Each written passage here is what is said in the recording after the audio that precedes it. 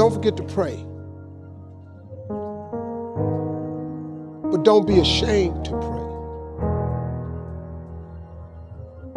And don't be too proud to pray.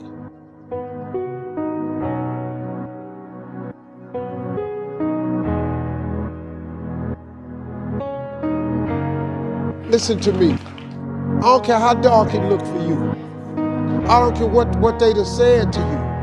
I don't care what the verdict is. I don't care what the haters say.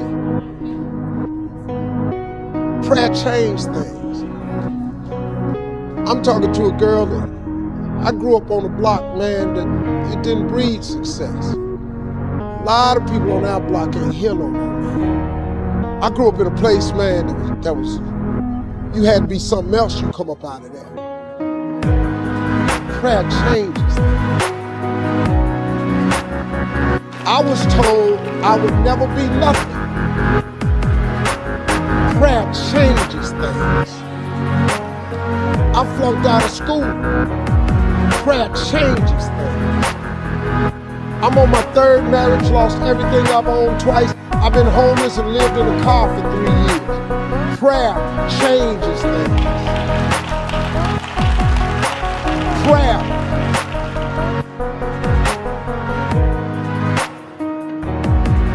The cool thing about prayer is the one thing that's available to everybody at any given time.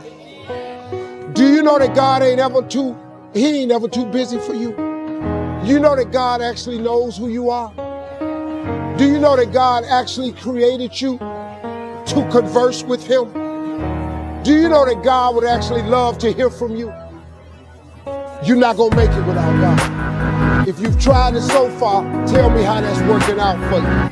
It sucked, don't it? You need God. Don't you think I got here without him. I've needed him every step of the way. If it wasn't for God, I wouldn't even be standing here today. I'm telling you right now, you need God. You need to tell him that you need him. Quit being ashamed about it and worrying about who looking. Go somewhere by yourself today and tell God you need some help. Tell him that you're just tired of trying to figure it out for yourself. God has an incredible life for you. He really does. But you ain't gonna get there if you give up. You can't get to what God got for you if you stop. You can't get to what God got for you if you're afraid. Now I know taking chances is kind of fretful. But the best things in life is on the other side of fear. But one of the things that I've always done to help overcome my fears is I make my dreams bigger than all my fears. I have dreams that's so big that not getting there is just unacceptable. It doesn't make any sense for you not to have the life that you dream of. It does not make any sense. God really does want to use you as an example of what he can do. You just got to volunteer. But you got to be willing to go through something to get to it. Success ain't free. They ain't passing out money, man. Anybody sending none to your house. That ain't how this works. You got to go get it. But in order to go get it, you got to want something. You got to have vision boards. You got to have stuff you dream about. You got to have this stuff written down. That being successful is not an accident. Hey man, stop thinking, man, that your life is over because you're a certain age. Who are you to determine? You know what I can't stand when I hear Christians say, well, I guess it was the Lord's will. If it was the Lord's will, I would have had some money by now. No, you can't dump that on God.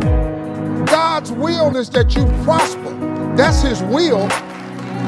Now the fact that you done made some adverse decisions to stop your prosperity train from happening, don't dump that on him. God comes to give you life and give you life more abundantly. That's what he say. Well, then the question is, where your abundant at? You're going down to church, you're memorizing all these scriptures. Why don't you apply some of them? He come to give you life and give you life more abundantly. God got a great life for you, man, but you got to want something. You got to want it, you got to write it down. Most people don't have what they want in life because it ain't written down nowhere.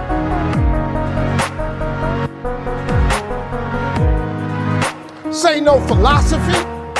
It's a fact. What you waiting on? Write it down. Put some faith on it. And then get ready to go to work.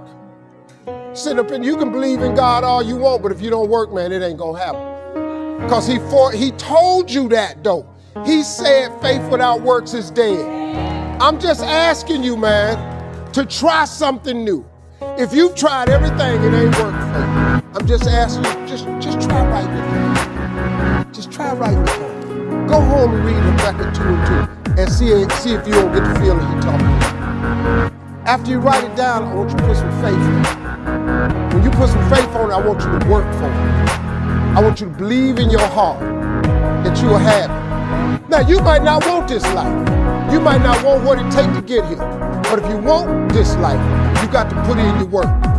You got to put it in. You got to stay prayerful. You got to never give up. You got to talk to God every day. Now, if that ain't what you want to do, then good luck. You keep doing what you've been doing, you're going to keep getting what you've been doing. All I ever asked God for was to let me eat. Let me sit at the table with the big boys. Take me from this homelessness that I'm in and fill my coffers with spoils. You know how much I have today? I have more than I ever thought I'd ever have. I got more. God done gave me more than I asked for, because he got this thing he has called grace. Grace is, I wish I could buy it. You know, I wish I could buy grace, man. I was playing golf with an old guy that owns the Mayo Clinics. The Mayo Clinics, you know how much money you got to have own all of them? I'm playing golf with this guy and he taught me something. He said, Steve, listen to this. You seem like a spiritual guy. I want to share something with you. He said, justice is when you get what you deserve. Mercy is when you don't get what you deserve. He said, but grace is different from both of them. Grace is when you get what you don't deserve. Do you understand that? God has this thing that he passes out called grace. You ever heard old people say, all I want is a little more grace? Because guess what? He passes it out and he gives you things you don't deserve. I do not deserve this life I have. I'm just telling you flat out. The money I make, where I live, what I drive, how I travel, how I vacation, I don't deserve it. I work really hard, but I really don't deserve all of this. I don't. I'm telling you flat out, I don't deserve it. But he gave me grace. He let me survive homelessness. He brought me from darkness. I've been out. Y'all don't know. I've been in it. I'm so grateful that God let me have this life he gave me that I don't even know what to do. Do you know when I was homeless, I told God every day, if you let me make it, when I get there, I'm going to tell everybody it was you. Well, guess what? I'm telling you that it was him. I have no education. I ain't got a degree of any kind. What you see today is a boy that come out the bottom who believed in him when it wasn't no sign of me getting over. Who kept doing this thing that his mother taught me. She said, when it get dark for you and you can't find your way, and boy, I was lost. She said, don't forget to pray. Don't be ashamed to pray.